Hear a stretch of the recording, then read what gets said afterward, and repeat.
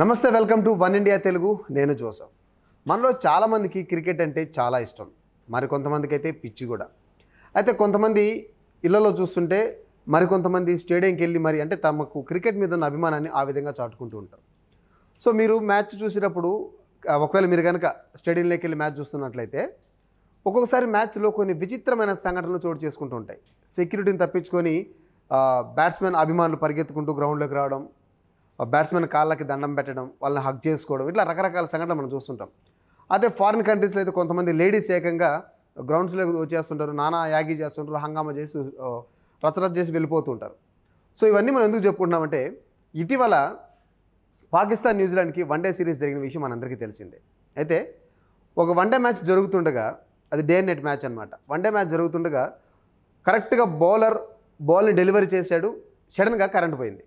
So stadium మొత్తం చీకట్లు అలుముకున్నాయి. మీరందరూ చూసే ఉంటారు. ఈ వీడియో ఇప్పుడు సోషల్ మీడియాలో తెగ వైరల్ అయిపోయింది. అయితే ఇక్కడ మనం ప్రస్తావించాల్సిన చెప్పుకోవాల్సిన అంశాలు ఒక 2-3 ఉన్నాయి. బౌలర్ బాల్ వేసిన వెంటనే కరెంట్ పోయింది, స్టేడియం అంతా కూడా మొత్తం చిమ్మ చీకటి అయిపోయింది. తర్వాత కొంతమంది అభిమానులు సెల్ ఫోన్ లైట్లు వేశారు, అఫ్కోర్స్ ఆ తర్వాత సంగతి. అయితే బౌలర్ బాల్ వేసిన వెంటనే బ్యాట్స్మెన్ కనుక అంటే కళ్ళు కనిపించలేని అలాగే నిలబడిపోయి ఉంటే ఖచ్చితంగా ఆ బాల్ బ్యాట్స్మెన్ బాడీకి తగులుండదో, లేకపోతే వేరే చోట తగిలినా కూడా గాయాలయ్యిండేది. అతను వెంటనే స్పందించి కింద కూర్చోవడం వల్ల బాల్ అలా దాటుకుని వెళ్ళిపోయింది. అదొకటైతే తర్వాత స్టేడియంలో కొన్ని వేల మంది మ్యాచ్ చూడడానికి వస్తుంటారు. ఇలాంటి మ్యాచ్లు జరుగుతున్నప్పుడు ఇట్లా సడన్గా కరెంటు పోతే స్టేడియంలో కొన్ని అనుకోని దుర్ఘటనలు ఏమైనా జరిగితే దానికి ఎవరు బాధ్యత అనే ఒక చర్చ కూడా జరుగుతుంది. దీన్ని ప్రస్తావిస్తూ ఒక నెటిజన్ ఒక పోస్ట్ కూడా చేశాడు ఎక్స్లో.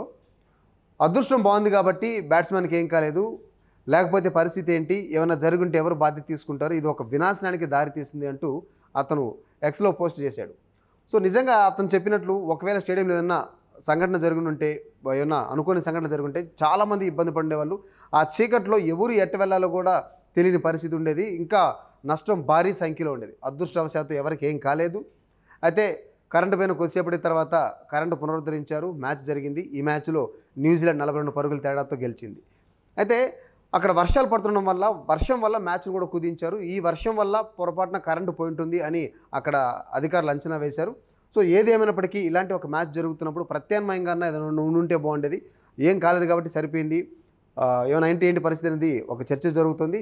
సో ఇలాంటి తప్పిదాలు మళ్ళీ భవిష్యత్తులో రిపీట్ కాకుండా మ్యాచ్ చూసేవాళ్ళు, మ్యాచ్ ఆడేవాళ్ళు క్షేమంగా ఉండాలని చెప్పి కోరుకుందాం.